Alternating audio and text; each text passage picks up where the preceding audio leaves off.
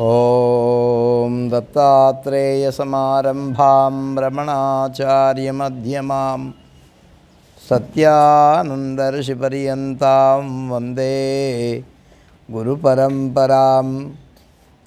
శోనాద్రినాథచరణాంబుజయుగ్మరుక్మ వ్యామోహతదితరాణి తృణాయ మేనే. అస్మద్గురోర్భగవతోస్య దయైకసింధో శ్రీ సత్యమౌని చరణౌ శరణం ప్రపద్యే.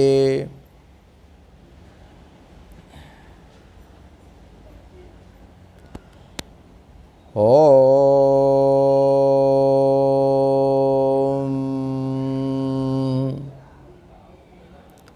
ఓం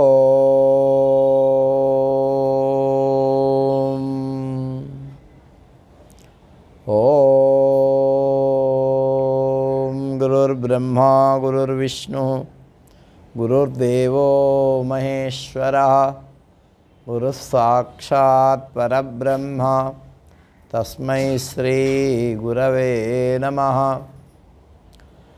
దత్తాత్రేయసమారంభాం రమణాచార్యమధ్యమాం సత్యానందర్షిపర్యంతాం వందే గురుపరంపరాం.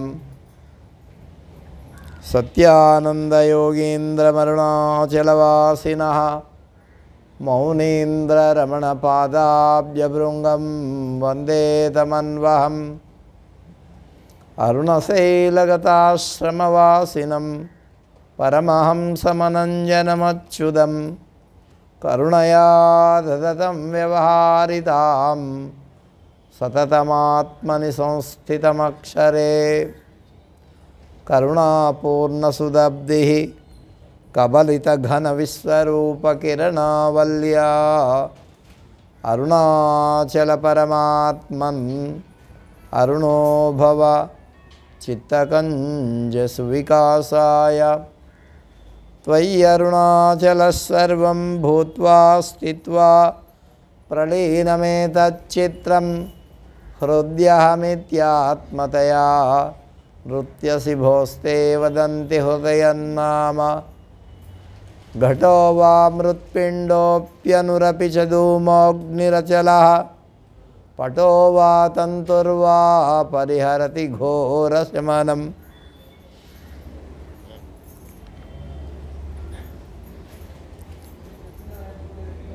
త్వత్పాదాంబుజమర్చయామి పరమం త్వాం చింతయామ్యన్వహం. త్వామీశం శరణం వ్రజామి వచసా త్వామేవ యాచే విభో. వీక్షాం మే దిశ చాక్షుషీం సకరుణాం దివ్యైశ్చిరం ప్రార్థితాం. శంభో లోకగురో మదీయమనసః సౌఖ్యోపదేశం కురు.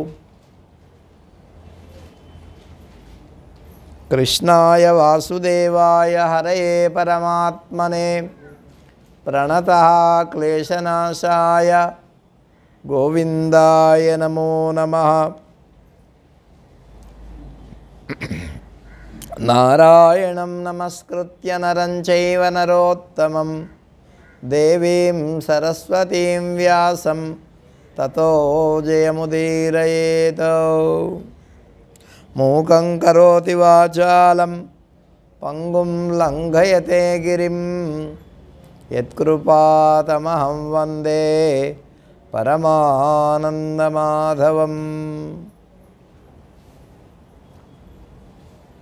సద్గురుదేవుల చరణారవిందాలకు ప్రణమిల్లుతూ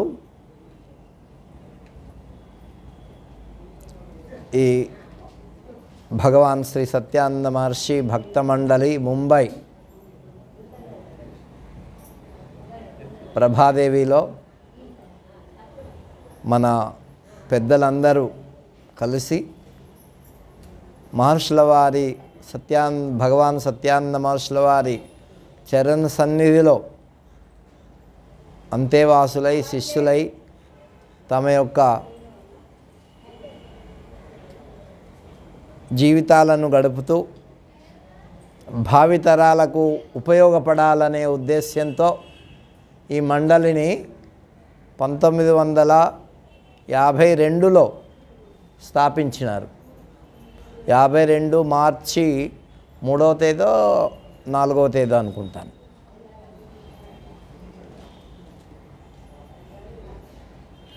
అప్పటి నుంచి ఇప్పటి వరకు ఈ మండలి దాదాపుగా 70 సంవత్సరాలు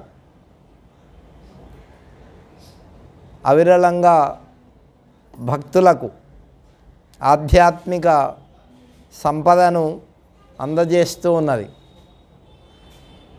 భగవాన్ శ్రీ సత్యానంద మహర్షుల వారు ఇక్కడికి వచ్చి ఎన్నో పర్యాయాలు మరి భక్తులను అనుగ్రహించి అపారమైనటువంటి జ్ఞానాన్ని ప్రబోధించారు.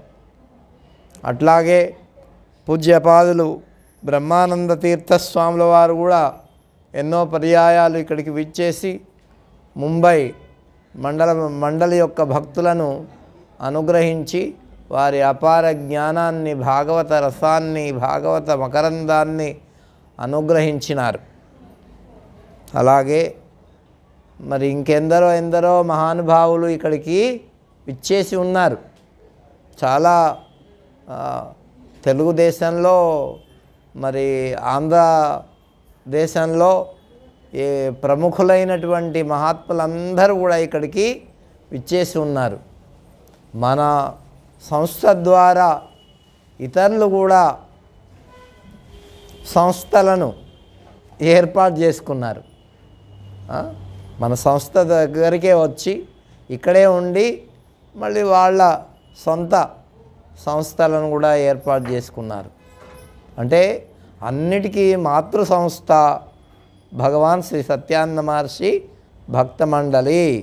ముంబైలో ఎన్ని సంస్థలు ఉన్నాయో ఆ సంస్థలన్నింటికీ మరి ఆదర్శప్రాయమైనటువంటిది. అప్పటి నుంచి ఇప్పటి వరకు ఈ ఆధ్యాత్మిక సేవ జరుగుతూనే ఉంది. కాబట్టి ఇంత గొప్పదైనటువంటి మన మండలి మన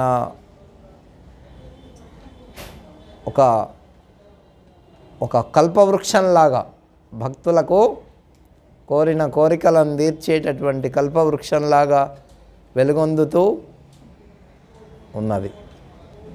అటువంటి ఈ భగవాన్ శ్రీ సత్యానంద మహర్షి భక్త మండలి ఎన్నో కార్యక్రమాలను చేసింది. చాతుర్మాస్యాలను చేసింది, అర్ధచాతుర్మాస్యాలను చేసింది. మరి శ్రావణ మాస కార్యక్రమము గత 30-40 ఏళ్ల నుంచి చేస్తూనే ఉంది. ఉదయం గీతాపారాయణము, ధ్యానము, మరి శ్రీకృష్ణ పరమాత్మ యొక్క షోడశోపచార పూజ, హవనము, భక్తులకు మహాప్రసాదము, సాయంకాలం ఏదో ఒక అద్భుతమైన గ్రంథం మీద ప్రవచనం చేయడం, భాగవత, భారత, రామాయణాలు కాక ఉపనిషత్తులు, కఠోపనిషత్తు మొదలైనటువంటి ఉపనిషత్తులు కూడా ఇక్కడ ప్రసంగించడం జరిగింది. ఈసారి మన మండలి వారి యొక్క అభీష్టం మేరకు శివమహాపురాణం మేము శ్రవణం చేస్తాం, అది మాకు వినిపించండి అని కోరినారు. భగవంతుడు ఏది ఎప్పుడు ఎలా పలికిస్తే అలాగా మరి ఆ భగవంతుని యొక్క వాక్కును మన వాక్కుగా చెబుతూ ఈ శివమహాపురాణాన్ని చెప్పడానికి భగవంతుడు అనుగ్రహించిన జ్ఞానంతో, గురుదేవుడు పలికించిన పలుకులతో చెప్పడానికి ప్రయత్నం చేస్తాం. పురాణాలు మనకు 18 ఉన్నాయి. ఎన్ని? 18 మహాపురాణాలు ఉన్నాయి. దాంట్లో భాగవతం జగద్విఖ్యాతమైన మహాపురాణం. లింగ పురాణము, వాయు పురాణము, దేవీ పురాణము, ఇట్లా ఎన్నో పురాణాలు. అందులో శివమహాపురాణం ఒకటి. దీంట్లో ఇది చాలా అద్భుతమైనటువంటి శివుని యొక్క మహిమను తెలియజేసేటటువంటిది. అసలు ఈ ప్రపంచం అంతా కూడా శివమయం. ఏమిటి? శివుని కంటే అన్యమైనటువంటి పదార్థము మరేది లేదు అని చెప్పేటటువంటి విషయం మన అందరికీ తెలిసిందే. అందుకే అష్టాదశ పురాణానాం దశభి కథ్యతే శివ.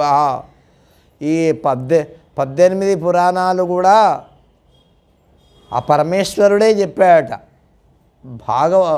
మా భారతంలో చెప్పబడి ఉంది ఈ విషయం. కాబట్టి ఆ విధంగా మరి చేతిలో త్రిశూలం, మెడలో ఎముకలమాల, శిరస్సులో నెలవంక, మరి లీలా తాండవం చేస్తూ ఉండేటటువంటి ఆ పరమశివుడు ఆయనకు నమస్కరించి ఈ మరి శివుని గురించి శంకరాచార్యుల వారు కూడా శివానందలహరి అనేటటువంటి మహాపురాణంలో చెప్పారు.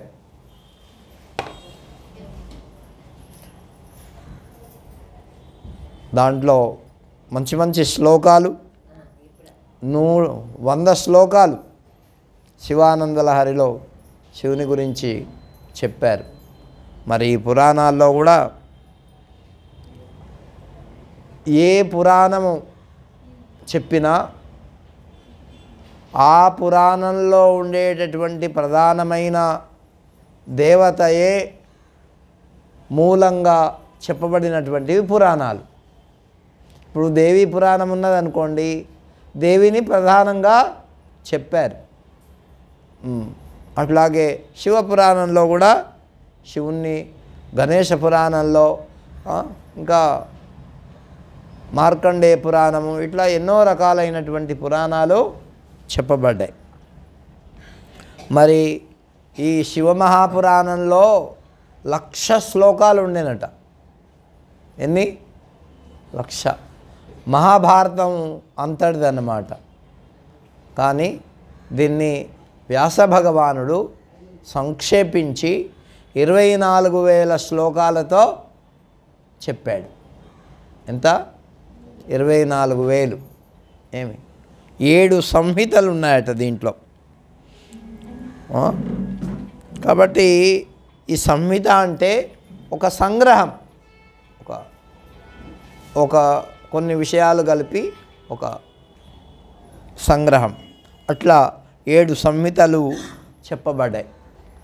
ఈ విధంగా దీంట్లో ప్రధానమైనటువంటిది ఏమిటంటే, పరమశివుడు ఈ జ్యోతిర్లింగాల గురించి అందరు అనుకుంటూ ఉంటారు కదా, వాటి ప్రాదుర్భావం ఎట్లా జరిగింది అనేటటువంటి విషయము, శివుణ్ణి పూజిస్తే మరి ఆయన ఎలా అనుగ్రహిస్తాడు అనేటటువంటి విషయాన్ని చాలా ప్రధానంగా చెప్పారు.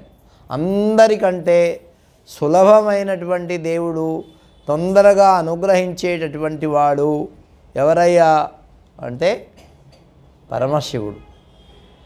ఆయనకేం లేదు, ఆయన పాదాల మీద నీళ్లు అభిషేకం చేస్తే సంతోషపడతాడు. ఇంతకంటే సులభమైనటువంటి దేవుడు ఎవరన్నా ఉన్నారా చెప్పండి? నీళ్ళే ఆయనకి. ఇక విష్ణుమూర్తి ఉన్నాడు అనుకో, కోట్ల వజ్రాలు, బంగారము, వెండి, ఇవన్నీ మరకత మాణిక్యాలు పెట్టాలి ఆయన నెత్తి మీద. ఈయనకి ఉట్టి నీళ్ళు చాలు. నీళ్ళు ఎక్కడన్నా దొరుకుతాయి. నీళ్ళు దొరకని స్థలం ఉంటుందా? ఎక్కడో తప్ప. కాబట్టి నీళ్ళు అభిషేకం చేస్తే, జలం అభిషేకం చేస్తే ఆయన సంతోషపడతాడు. మరి మనకి ఎలాగా, సాధకులకి పురాణాలు ఎట్లా ఉపయోగపడతాయి అంటే, పెద్దవాళ్ళు చెప్పారు, వేదమేమో శాసిస్తుంది, నువ్వు ఇలా చెయ్యి అని. ఇక ఈ పురాణాలు ఏం చెప్తాయి అంటే మిత్ర సంహితాలుగా ఉదాహరణ పూర్వకంగా వాళ్ళను బుజ్జగించి చెప్తాయి. ఇదిగో పలాని వాళ్ళు ఇలా నడుచుకున్నారయ్యా, ఇదిగో ఇలా అయిపోయినారు, నువ్వు కూడా అలా నడుచుకుంటే అలా అయిపోతావు. చెడ్డ పనులు చేసి ఇలా నడుచుకుంటే వాళ్ళు రావణుడు మొదలైనటువంటి వాళ్ళ చరిత్ర చెప్పి వాళ్ళు అట్లా అయిపోయినారయ్యా. ఇక మంచివాళ్ళు భక్తుడు కొంతమంది ఉద్ధవుడు మొదలైనటువంటి వాళ్ళు, గోపికలు మొదలైనటువంటి వాళ్ళ గురించి చెప్పి నువ్వు అలా భక్తితో నడుచుకుంటే వాళ్ళలాగా అయిపోతావు. అంటే భగవంతుడికి ఇష్టమైనటువంటి వ్యక్తులుగా మీరు మిగిలిపోతారు అని చెప్పారు. కొద్దిగా ముందరికి జరగాల మీరు. కాబట్టి ఇలాగా ఈ పురాణాలకి తర్వాత వేదాలకి అలాంటి భేదం ఉంది. ఇప్పుడు కావ్యాలైతే ఇంకా సమ్మతాలు. కావ్యం అనేది ఇంకా ప్రేయసి ప్రియుడులాగా. అర్థమైందా? ఇప్పుడు మామూలుగా ఉండేటటువంటి వాడు ప్రియురాలు చెప్తే ఏదైనా వింటాడు కదా, అట్లా కావ్యాలు చెప్పేటటువంటివి అలా ఉంటాయట. ఈ పురాణాలు చెప్పేవి ఎలా ఉంటాయి అంటే మిత్రులు చెప్పినట్టుగా ఉంటాయి. కాబట్టి దీంట్లో ఉండేటటువంటి సంవాదం అంతా కూడా పరమశివునికి దాక్షాయని అంటే ఉమ అంటే పార్వతీదేవికి జరిగినటువంటి సంవాదం ఇదంతా. ఎప్పుడెప్పుడు ఎలా ఎలా జరిగింది అనేటటువంటి విషయాలు మధ్య మధ్యలో చెప్పబడతాయి. ఇక నివృత్తి మార్గం కూడా చెప్పారు దీంట్లో. అంటే మోక్ష మార్గం కూడా చెప్పబడింది. ఇదిగో ఇలా ఇలా ఉంటే మీకు మోక్షం కలుగుతుంది, ఇలా దానాలు ధర్మాలు యజ్ఞాలు యాగాలు చేస్తే ఇలా మీకు పుణ్యం వస్తుంది అనేటటువంటి విషయాలు చాలా చక్కగా ఈ పురాణంలో శివమహాపురాణంలో చెప్పబడ్డాయి. అంతేకాకుండా జీవుడు ఈ దుఃఖాన్ని తరించడం కోసం ఏవేవి ఉపాయాలు చేయాలా, ఎలా ఉంటే ఈ దుఃఖం పోతుంది అనేటటువంటి విషయాన్ని కూడా చాలా చక్కగా ఈ మహాపురాణంలో శివమహాపురాణంలో చెప్పారు. మరి ఇటువంటిది చదివితే వింటే ఏమిటి లాభం మనకు? ఏమి ఇల్లు కట్టుకున్నాం మనం, లాభం ఏమిటి? దాంట్లో ఎండకు వానకు తడవకుండా, ఎండకు ఎండకుండా, వర్షానికి తడవకుండా, చలికి మరి రక్షణ కోసం, ఇంకా దుష్ట జంతువులు అవి మనల్ని ఇబ్బంది పెట్టకుండా ఇల్లు కట్టుకుంటాం. అది ప్రయోజనం కదా. మరి ఈ శివమహాపురాణం వింటే ఏం ప్రయోజనం ఉండాలి కదా ఏదో ఒకటి.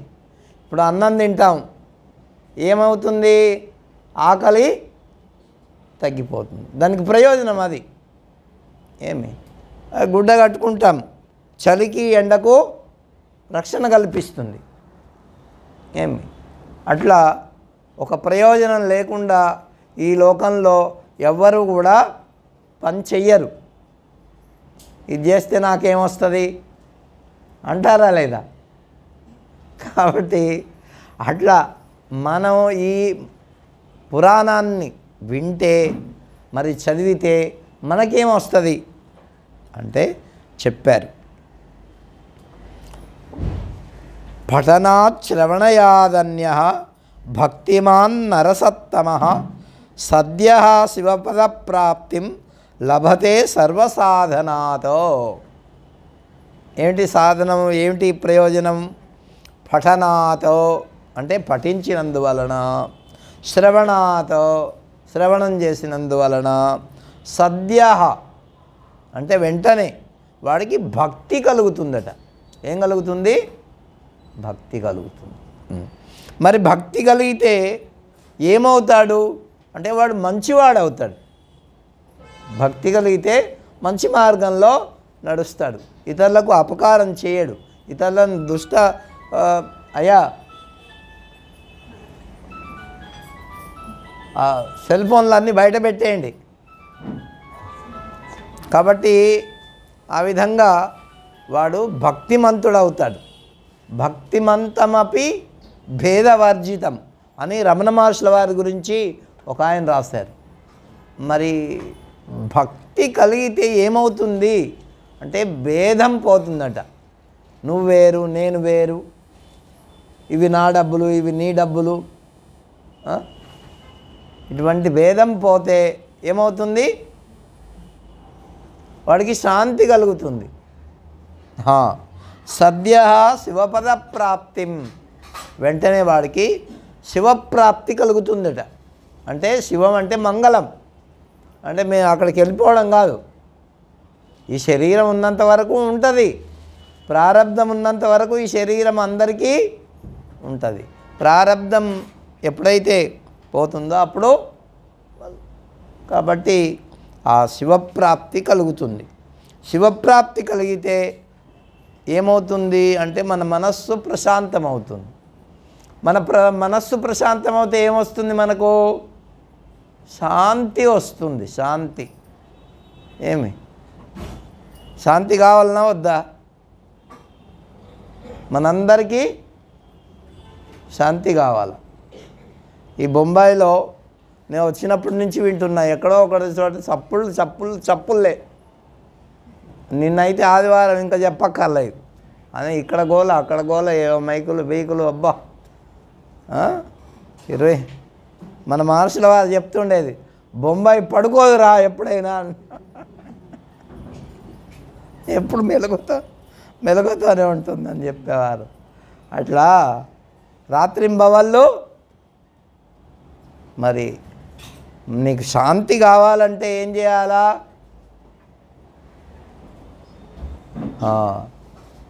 శాంతి ఏదో 1,00,000 రూపాయలు 2 లక్షలు నీ దగ్గర ఉంటే 1,00,000 రూపాయలు పెట్టి కొనుక్కొచ్చుకుందామంటే వస్తుందా? ఒక బస్తా బియ్యమో వేరుశనగ పప్పో లేకపోతే కందిపప్పో మినప్పప్పో వస్తుంది, కానీ శాంతి మాత్రం రాదు. అది ఎక్కడ వస్తుంది అంటే భగవాన్ శ్రీ సత్యానంద మహర్షి భక్త మండలిలో వస్తుంది. ఇంకెక్కడికి పోయినా శాంతి రాదు. కాబట్టి శాంతి వల్ల వాడికి ఎంత డబ్బులన్నా ఉండని, వాటి వల్ల శాంతి వాడికి రాదు. కాబట్టి వాడు అనుకుంటాడు నాకు ఇంత డబ్బు ఉంటే నేను సుఖంగా ఉంటా, కానీ ఏమి దానివల్ల సుఖం అల్పం చెప్పారు, నేను చెప్పట్లేదు. కాబట్టి అయ్యా మానే ఆపే అక్కడ పెట్టేసేయి, అది స్విచ్ ఆఫ్ చేయి, మా పూజారే డిస్టర్బ్ చేస్తున్నాడు. మీద పూజారే శాంతిగా ఉండాలి కదా. కాబట్టి శివప్రాప్తి కలుగుతుంది. శివప్రాప్తి కలిగితే శాంతి వస్తుంది. శాంతి ఉంటే ఇంకేమొస్తుంది? త్యాగరాజస్వామి చెప్పారు, శాంతము లేక సౌఖ్యము లేదు. ఏమండి? శాంతి ఉంటేనే సౌఖ్యం, శాంతి లేకపోతే సుఖం ఉందా? సుఖం లేకపోతే ఈ జీవితం ఎందుకు మన? కాబట్టి సుఖంగా ఉండడం కోసమే అన్ని ప్రయత్నం చేస్తున్నాయి కదా. పక్షుల దగ్గర నుంచి, జంతువుల దగ్గర నుంచి, క్రిమికీటకాల దగ్గర నుంచి, చీమలు, దోమలు, ఎలుకలు, పందులు, కుక్కలు, నక్కలు అన్నీ కూడా దేనికోసం? సుఖం కోసమే. మానవులు కూడా దేనికోసం ప్రయత్నం చేస్తున్నారు? సుఖం కోసమే. బిడ్డల్ని కనడం సుఖం కోసమే, పెళ్ళిళ్ళు చేసుకోవడం సుఖం కోసమే, అన్నాలు తినడం సుఖం కోసమే, ఇతరులకి ఇచ్చిపుచ్చుకోవడం సుఖం కోసమే. కాబట్టి సుఖాన్ని వదిలిపెట్టి ఏదీ లేదు. మానవుడు దానికోసమే ఎక్కువ ప్రయత్నం చేస్తున్నాడు. కొన్ని ఉన్నాయి జంతువులు, చీమలు ఉన్నాయి చూడండి.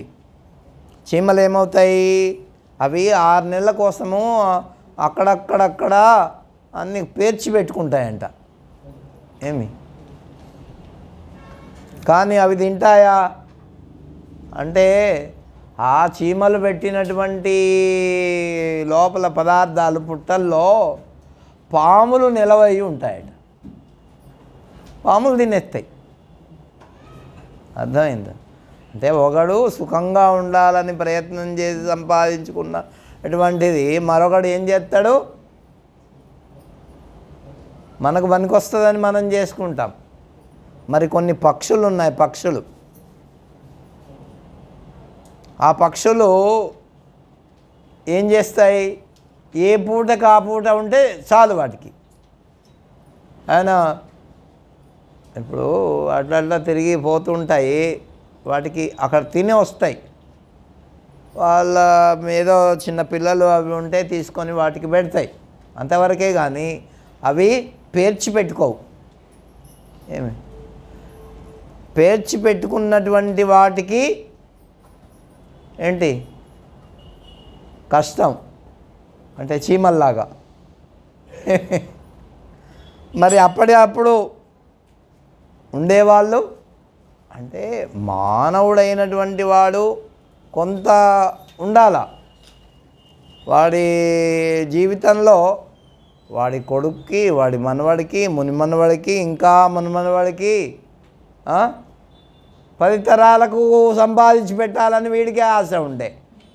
ఇక ఎక్కడ వాడికి సుఖం ఉంటుంది చెప్పండి? కాబట్టి సుఖం ఉండదు. అందువల్ల శాంతి వాడికి ఉండదు. దానివల్ల ఏమవుతుంది, శాంతి లేక సౌఖ్యం లేదు.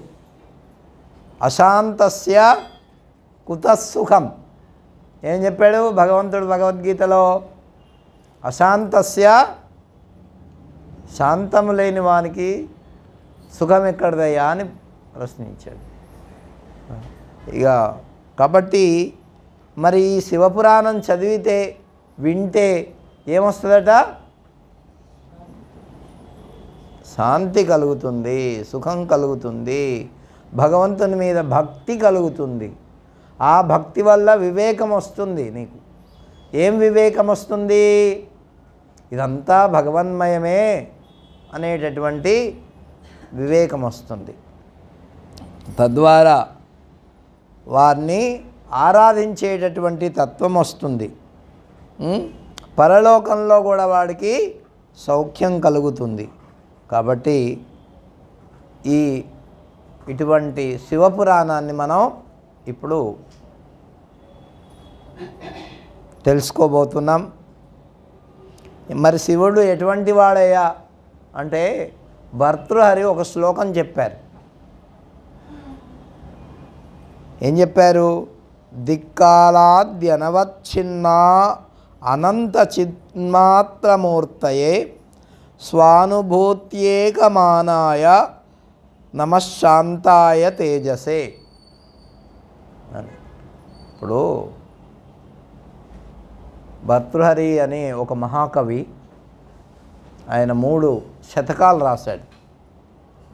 ఒకటి నీతి శతకం, రెండవది వైరాగ్య శతకం, మూడవది శృంగార శతకం అని 3 రాశాడు.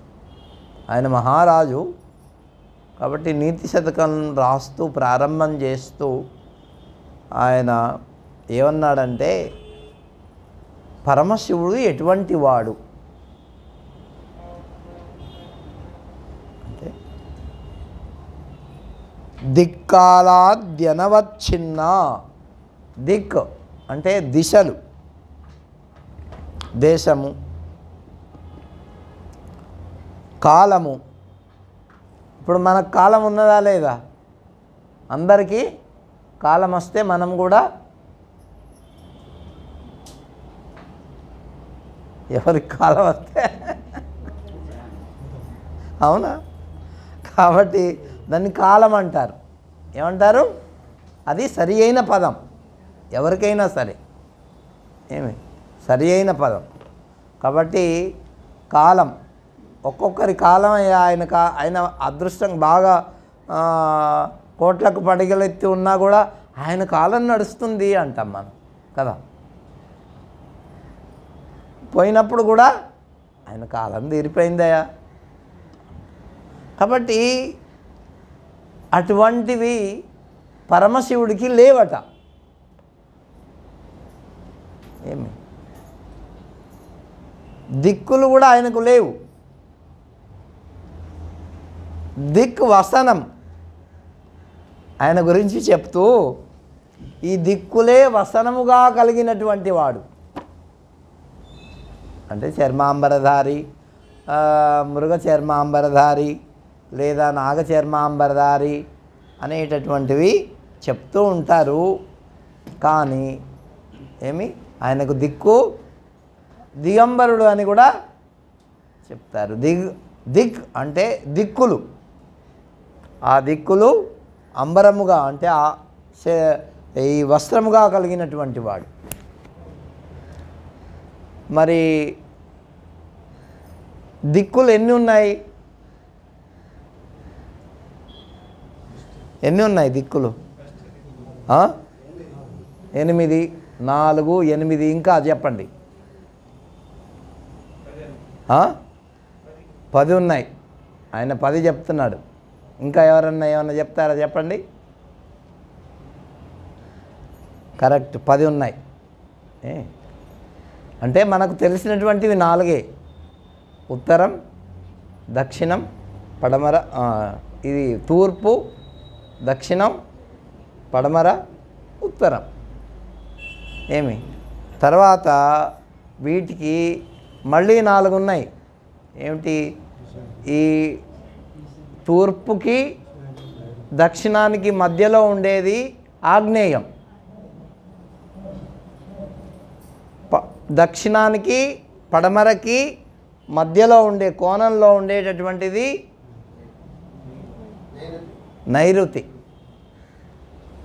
మరి పడమరానికి ఉత్తరానికి మధ్యలో ఉండేటటువంటిది వాయవ్యం. ఉత్తరానికి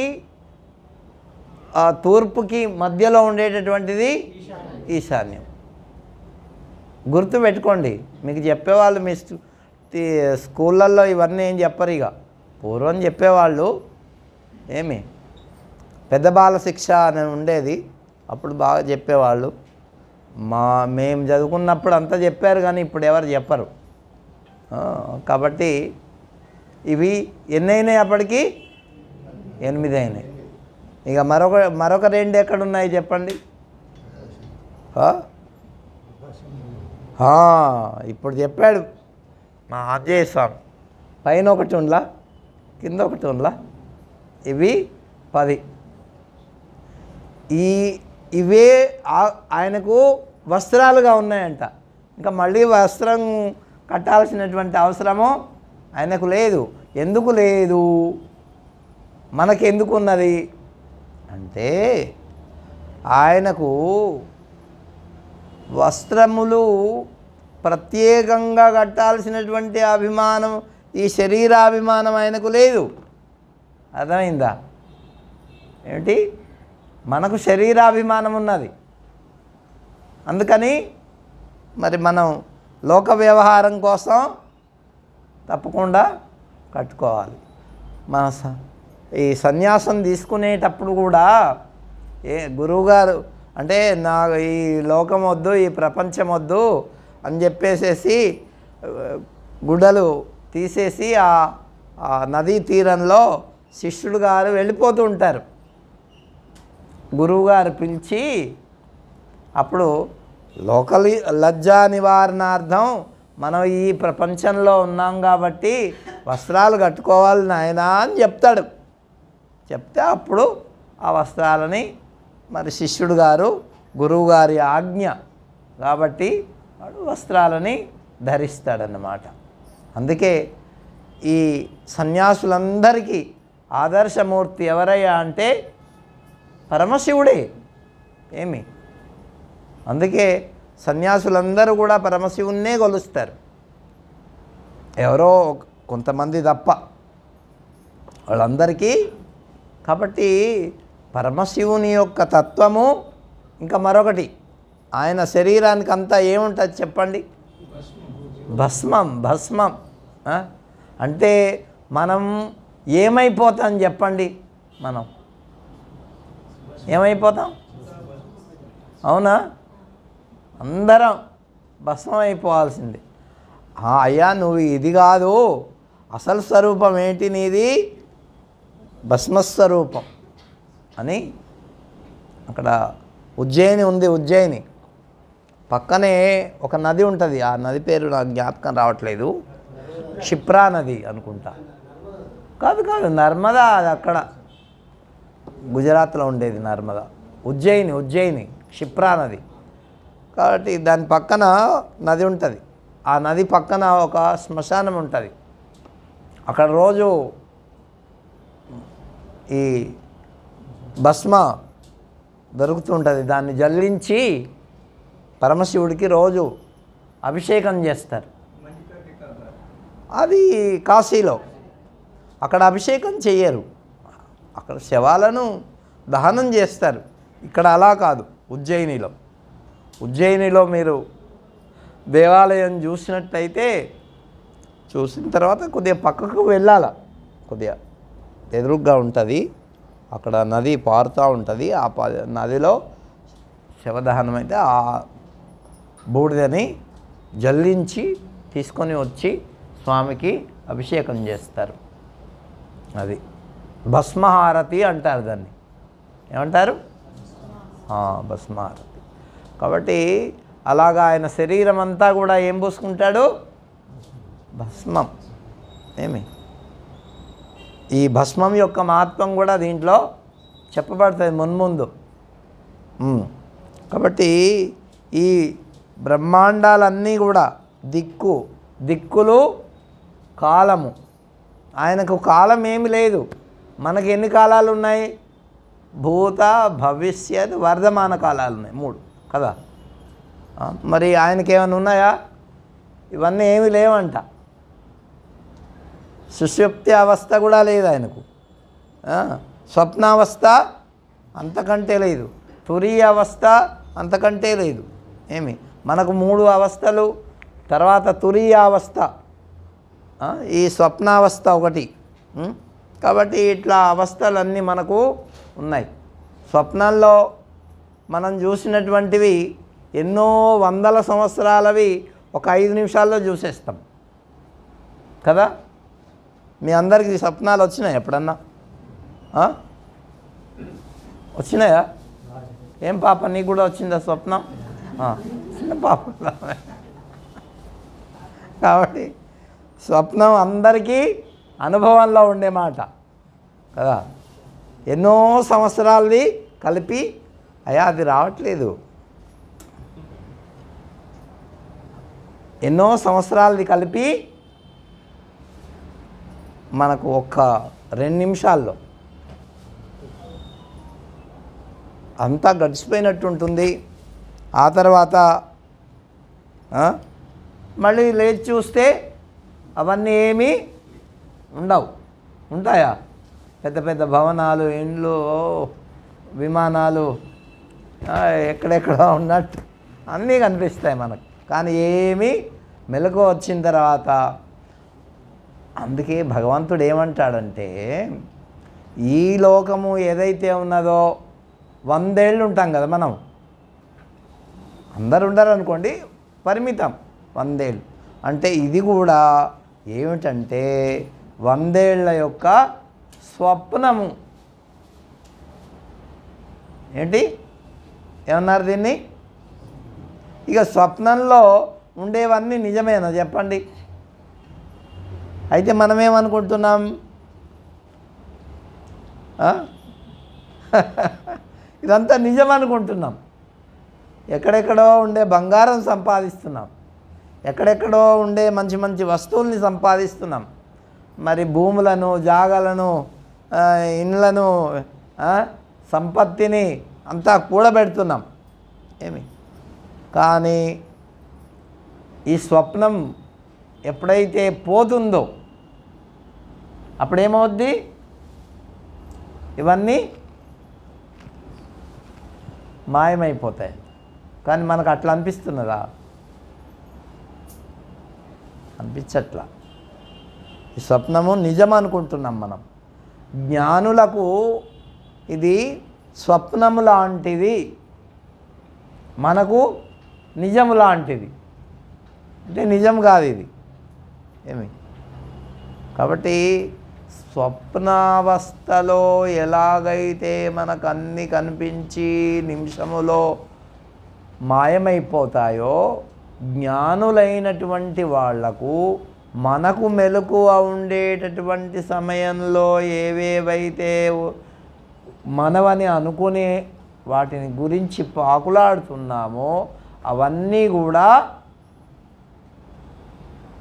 ఎలాగా? అది జ్ఞానం కలిగితే. శివుడికి కూడా అంతే. ఏమి అంటే అందుకే యానిషా సర్వభూతానాం తస్యాం జాగర్తి సంయమి యస్యాం జాగ్రతి భూతాని సా నిశా పశ్యతో మునే అని చెప్పి భగవంతుడు భగవద్గీతలో చెప్పాడు. అవునా? కాబట్టి జ్ఞానులైనటువంటి వాళ్లకు స్వప్న సాదృశ్యములు ఇవన్నీ కూడా. మరి అటువంటి వాటి మీద మనం మోహం పెట్టుకుంటే,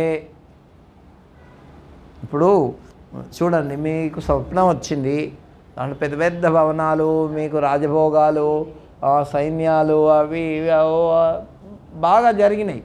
అప్పుడు మీరు సంతోషంగా ఉన్నారు అంతవరకు. మీకు మెలకు వచ్చిన తర్వాత అవన్నీ అరే స్వప్నంలో వచ్చినాయిరా, వాటి వల్ల మనకేం ప్రయోజనం అనుకుంటున్నాం కదా.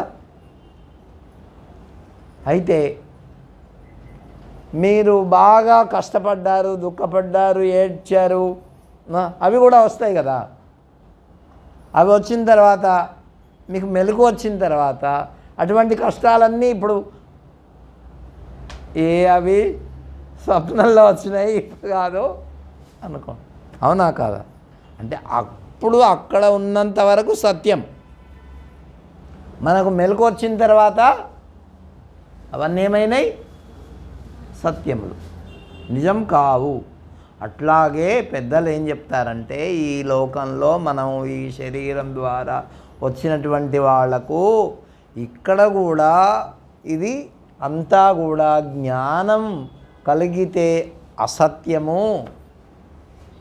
ఏమి జ్ఞానం లేక అజ్ఞానంలో ఉంటే సత్యము అని అనుకుంటాం మనం.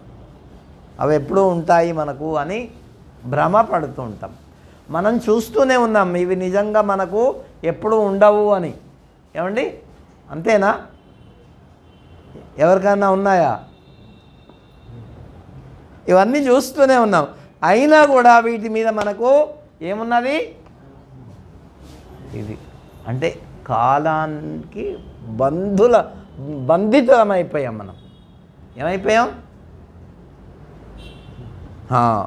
ఆయనకి ఇవన్నీ, ఎవరికి? పరమశివుడికి ఇవన్నీ ఏమి లేవు. కాలాద్యవచ్ఛిన్న అనంత చిన్మాత్రమూర్తయే. ఆయన అవచ్ఛిన్నుడు కాబట్టి ఆయనకు ఈ కాలము భేదము లేదు. తర్వాత చిన్మాత్ర చిత్. చిత్ అంటే ఏమిటి? చైతన్యం. ఇప్పుడు మామూలు తీగలు ఉన్నాయనుకోండి, దాన్ని ముట్టుకున్నా కూడా మనకేం కాదు కదా. మరి దాంట్లో పవర్ ఉందని ఎట్లా తెలియాలా? ఏలు పెడితే అవునా? మరి అప్పుడు తెలుస్తుంది. మరి అంటే చిన్మాత్ర స్వరూప్ అంటే దాంట్లో ఏదో ఒక శక్తి మన కంటికి కనిపించింది. ఇప్పుడు గాలి ఉన్నది, గాలి కనిపిస్తుందా మనకు?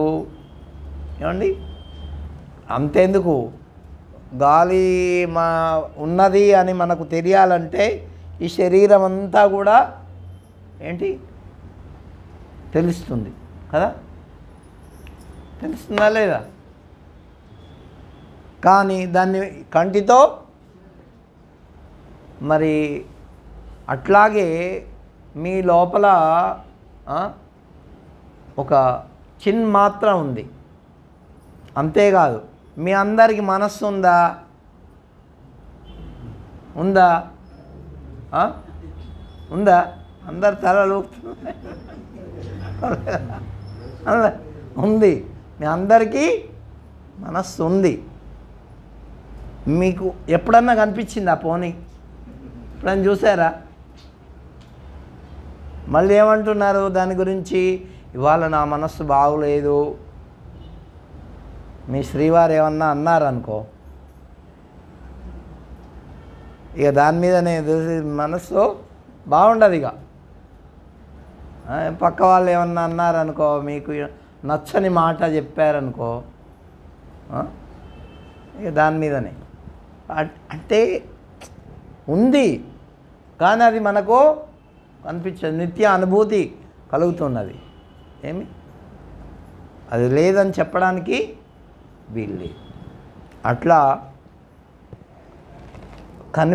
ఈ కంటికి కనిపించకపోయినప్పటికీ ఏదో ఒక శక్తి ఉన్నది. ఏమి ఆ శక్తి ఈ కరెంటు తీగలో కూడా ఉంది. కానీ మనకేం కనిపిస్తున్నది? తీగ కనిపిస్తున్నది కానీ లోపల ఉండేటటువంటి శక్తి కనిపించటం లేదు. అట్లాగే తీగల్లాంటివి ఈ శరీరాలు. అర్థమైందా? దాని లోపల ఉండేటటువంటిది ఆ విద్యుత్ శక్తి లాంటిది ఈ మనస్సు, ప్రాణం. ఈ ప్రాణం ఉన్నంత వరకు మనకేం కలుగుతాయి ఈ శరీరంలో అంటే ఆకలి దప్పులు కలుగుతాయి. ఎవరికైనా సరే, ఎంత చిన్నవాడైనా ఎంత పెద్ద శరీరం కలిగినదైనా సరే, ఏనుగు కానీ దోమ కానీ ఆకలి దప్పులు ఎప్పుడు కలుగుతాయి? ఆ చైతన్యం ఉన్నంత వరకు. ఇక శోకమోహములు ఎప్పుడు కలుగుతాయి అంటే మనకు మనస్సు ఉన్నంత వరకు. శోకము మోహము ఎక్కడ కలుగుతుంది? సుఖ దుఃఖములు ఎక్కడ కలుగుతాయి? మనస్సులో కలుగుతాయి. ఇవాళ నా మనస్సు అంతా బాధపడిందా, వాళ్ళు పలాని వాళ్ళు ఇట్లా అన్నారు, పలాని వాళ్ళు ఇంకా ఎవరన్నా పొగిడితే మనల్ని సంతోషంగా ఉల్లాసంగా ఉంటుంది. కాబట్టి దేంట్లో ఎక్కడ కలుగుతుంది? అది మన మనస్సు యొక్క ప్రతిబింబము మన ముఖంలో కనిపిస్తుంది కదా. వాడు చిన్నపోయి ఏదో రకంగా ఉన్నాడు అనుకో, ఇవాళ వీడి మనస్సు అదే మంచి ఉల్లాసంగా చలాకీగా ఉన్నాడనుకో, ఇవాళ వీడికి బాగా డబ్బు వచ్చినట్టుంది, లేకపోతే ఇష్టమైన ఏవో వచ్చినట్టున్నాయి అని చెప్పి. చిన్నపిల్లవాడు ఎప్పుడు ఎగురుతాడు? వాడికి ఇష్టమైన వస్తువులు ఇస్తే, అదే వాడికి ఇష్టంగా లేనటువంటి వస్తువు ఇచ్చామనుకో ఏం చేస్తాడు? మనం కూడా అంతే. ఏమి కాబట్టి మన మనస్సు దానికి ప్రతిబింబం మన యొక్క ఏమి. ఇంకా మరి జనన మరణాలు ఎప్పుడు కలుగుతాయి అంటే ఈ శరీరము జననం, పుట్టడం, ఇక మరణం అంటే ఈ శరీరం పోవడం. ఈ శరీరం ఉన్నంత వరకే జనన మరణాలు, ఆకలి దప్పులు ప్రాణాలు ఉన్నంత వరకే. ఏమి సుఖ దుఃఖాలు మనస్సు ఉన్నంత వరకే. జ్ఞాపకం పెట్టుకోండి, ఇవి ఎప్పుడు శాశ్వతంగా ఏమి లైఫ్ లాంగ్ ఏముంటాయి మనం అంటుండే లైఫ్ లాంగ్.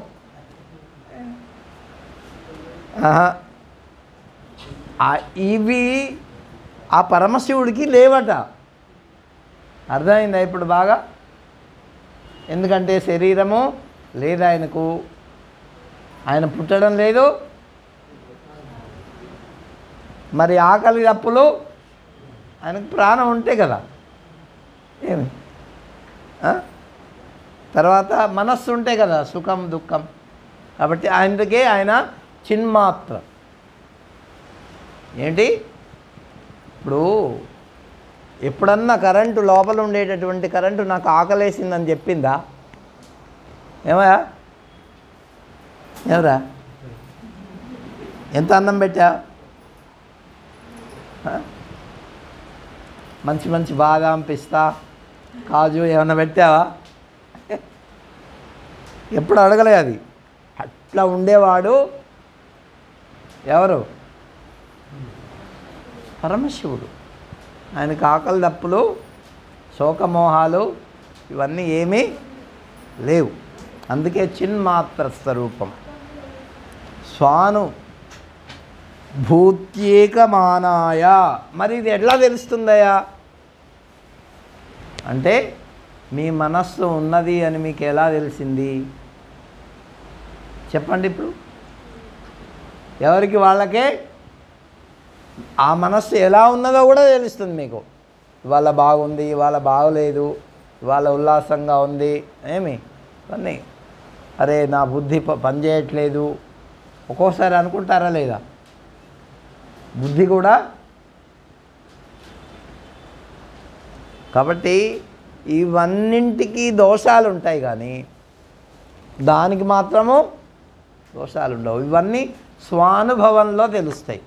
ఏంటి అయితే ఇవి నేను కాదు అనేటటువంటిది ఇప్పుడు తెలిసిందనుకో, ఈ బుద్ధి గురించి మనస్సు గురించి, నా మనస్సు బాగలేదు అంటే నువ్వు బాగలేదని అర్థం కాదుగా. ఏమి మరొక ఉదాహరణ మన అందరికీ తెలిసినటువంటి, ఇప్పుడు ఇక్కడ నుంచి పవర్ వచ్చింది, ఆ లైట్ వెలుగుతుంది బల్బు. కొన్ని రోజులు అయిన తర్వాత ఈ బల్బు వెలగలేదు, అప్పుడు ఏం చేస్తావు నువ్వు? ఏమంటావు అప్పుడు? ఏ బల్బు పాడైపోయిందేమో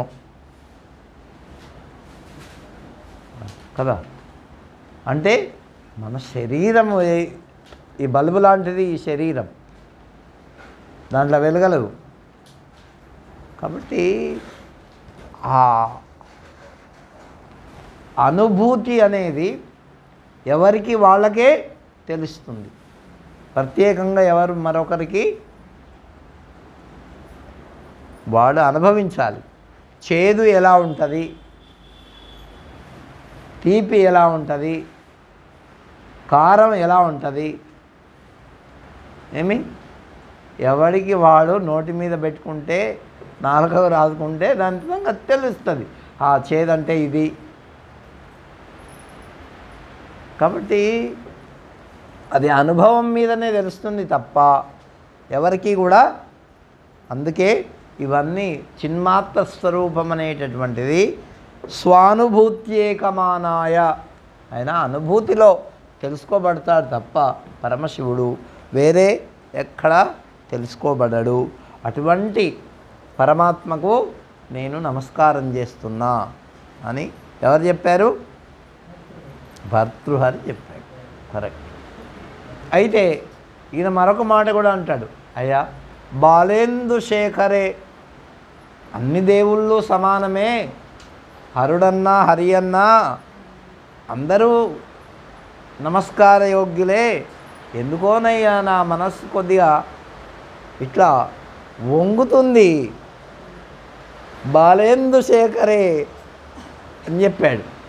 అంటే ఆ పరమశివుడు అంటే ఎందుకోనయ్యా నా మనస్సు కొద్దిగా వంగుతుంది అని చెప్పాడు. ఎవరికైనా ఎవరో ఒకరు ఏమి అట్లా మనస్సు వంగుతుందా లేదా? ఒక్కొక్కరికి ఒక్కొక్క అభిరుచి. కాబట్టి భర్తృహరి ఆ విధంగా చెప్పాడు, జ్యోతిస్వరూపమైన.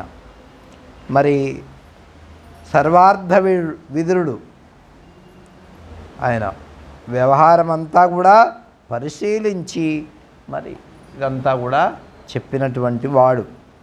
కాబట్టి ఈ శ్లోకం ఇంకా మరొక శ్లోకం చెప్పాడు. అదే ఏం చెప్తున్నాడంటే, మహేశ్వరేవా జగతామధీశ్వరే జనార్దనేవా జగదంతరాత్మని నవస్తుభేద ప్రతిమత్తురస్తి మే తథాపి భక్తి తరుణేందు శేఖరే. ఏమంటున్నాడు? తథాపి భక్తి తరుణేందు శేఖరే. ఏం చెప్తున్నాడు? మహేశ్వరేవా అంటే పరమశివుడైనా, జగతామధీశ్వరేవ అంటే విష్ణుమూర్తి అయినా, జనార్దనేవ జనార్దనుడైనా,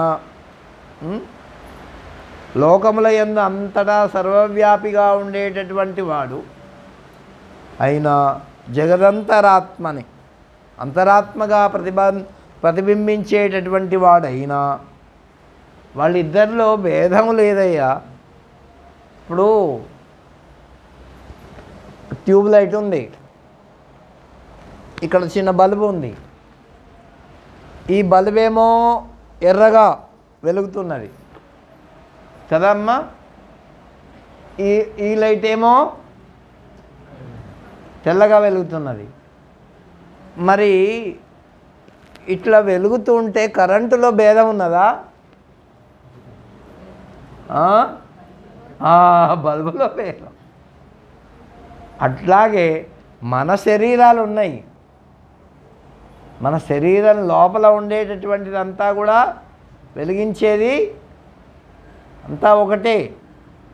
కానీ శరీరము భేదమును బట్టి వాళ్ళ గుణములు, వాళ్ళ క్రియలు, వాళ్ళ ప్రవర్తన, వాళ్ళ యొక్క ఆలోచన విధానము అన్నీ మారిపోతాయి.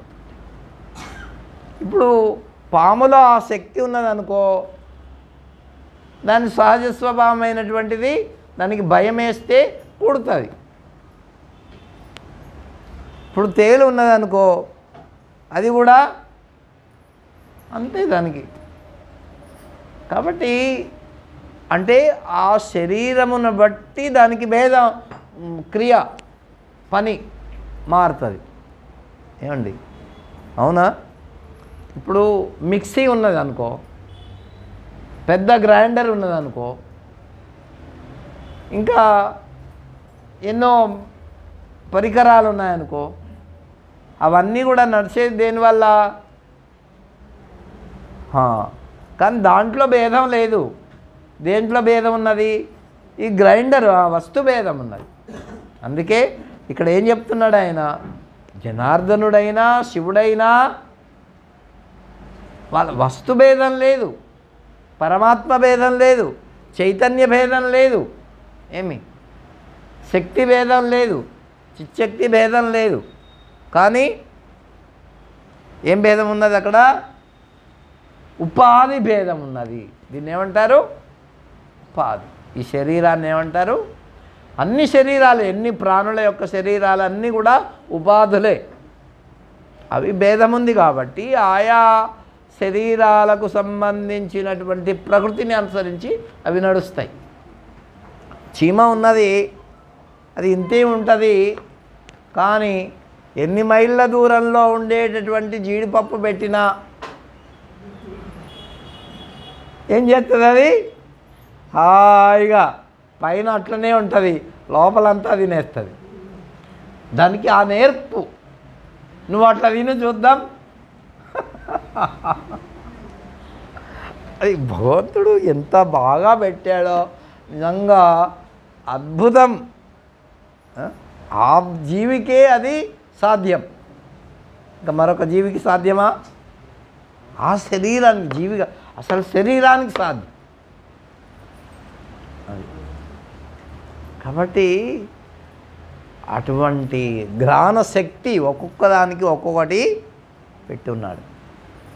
అందువల్ల మరి ఆ ఉపాధిని కానీ దాంట్లో ఉండేటటువంటి ఆ చైతన్యం మాత్రము భేదం లేదు. అందుకే చెప్తున్నాడు వస్తుభేదం తప్ప దాంట్లో ఉండేటటువంటి ఈ శరీర భేదం తప్ప వస్తుభేదం లేదు. అయినప్పటికీ పరమశివుడు అంటే నా మనస్సు కొద్దిగా వంగుతుందయ్యా అని చెప్పాడు. అందుకే పరమశివుడు ఆశుతోషుడు. ఆశుతోషుడు అంటే తొందరగా సంతోషపడేవాడు. కొంతమందిని అంటుంటాం కదా, ఏ బోలా శంకరుడయ్యా ఆయన ఈయనకు కూడా ఆ పేరు వచ్చేస్తుంది. కాబట్టి అంత గొప్ప మరి అటువంటిది మానవుడికి ఏమిటంటే గతి, నాణ్య గతి, మరొక గతి లేదు. మరొక గతి అంటే ఆశ్రయించడానికి మానవుడికి మరొక గతి లేదన్నమాట. మరి అయ్యప్ప దీక్షితుల వారు కూడా శివకేశవుల్లో భేదం లేదు నాకు, కానీ నాకు శివుడంటేనే నా మనస్సు అటు పోతుందయ్యా అన్నాడు. ఒక్కొక్కరికి ఒక్కొక్క. అట్లాగే మన భగవాన్ల వారు చూడండి, ఆయన బోధించేది కృష్ణుడు చెప్పింది బాగా జ్ఞాపకం పట్టుకోండి. ఆయన పూజించేదేమో పరమశివుణ్ణి, ఆయన ఇష్టదైవం ఎవడో రాముడు.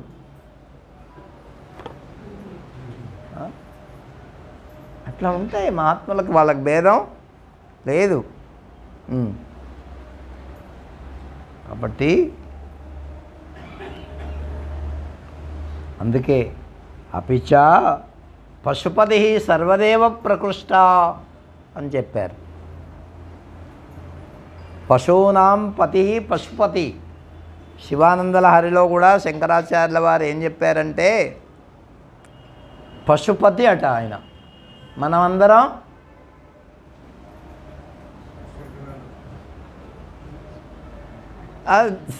దాంట్లో సిగ్గుపడాల్సిన అవసరం లేదు.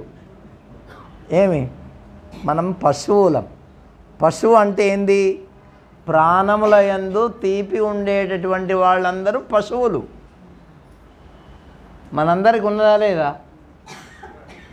ఏమి అశువులు. అశువు అంటే ప్రాణం. ఈ ప్రాణాలు కాపాడుకోవడానికి శతదా ప్రయత్నం చేస్తాం మనం కదా. ఇతరులకు హాని చేసైనా మనం ఏంటి, అందుకే పామును చూడండి, అది చూడగానే చంపేస్తాం. నిన్నేం చేయక్కర్లే. తేలు ఉన్నదనుకో, అది చూడగానే దాన్ని చంపేయాలి అంతే. ఇంకా మరొక మార్గం వాడు ఆలోచించాడు. కాబట్టి అట్లా వీడు అన్నింటి నుంచి కాపాడుకుంటాడు. ఏం కాపాడుకుంటాడు? తన ప్రాణాలను. అక్కడెక్కడో చేస్తుంటే ఇక్కడికి కొడుతుంది, అందరికీ దగ్గులు వస్తున్నాయి. ఎలా వచ్చింది ఇది?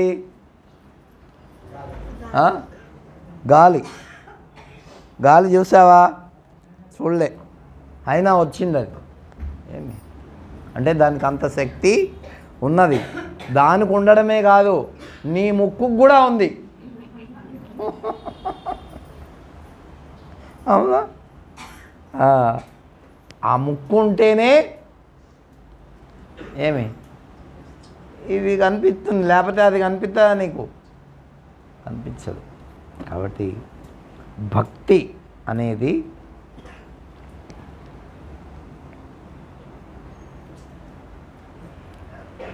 ఈ శివభక్తి అనేది మనందరికీ ఏమిస్తుంది?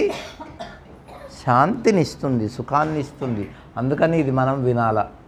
ఎందుకు వినాలా అంటే శివపురాణం ఎందుకు వినాలయ్యా అంటే ఏం చెప్తారు మీరు ఎవరన్నా అడిగితే? శాంతి కోసం, సుఖం కోసం వినాలి అని. అది ప్రయోజనం దీనివల్ల. కాబట్టి ఇంకా దీంట్లో అనేక విషయాలు ఉన్నాయి,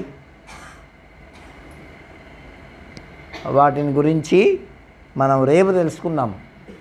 ఇవాళ సమయం అయింది. శ్రీరామ జయ రామ జయ జయ రామ.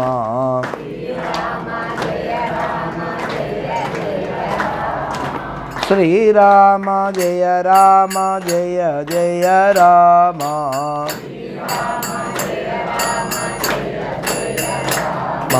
శ్రీరామ జయ రామ జయ జయ రామ.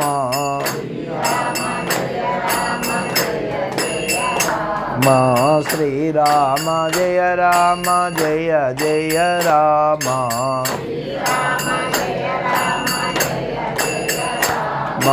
శ్రీరామ జయ రామ జయ జయ రామ.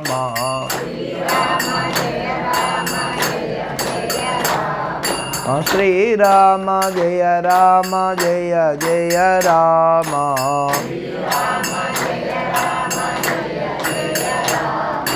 శ్రీరామ జయ రామ జయ జయ రామ.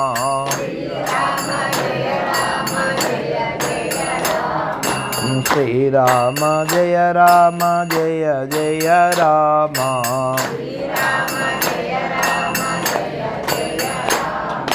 శ్రీరామ జయ రామ జయ జయ రామ. శ్రీరామ జయ రామ జయ జయ రామ. శ్రీరామ జయ రామ జయ జయ రామ. శ్రీరామ జయ రామ జయ జయ రామ. శ్రీరామ జయ రామ జయ జయ రామ. శ్రీరామ జయ రామ జయ జయ రామ. जय राजा रामचंद्र भगवान की, तारकेश्वर भगवान की, जगदंबा माई की. రేపు కరెక్ట్గా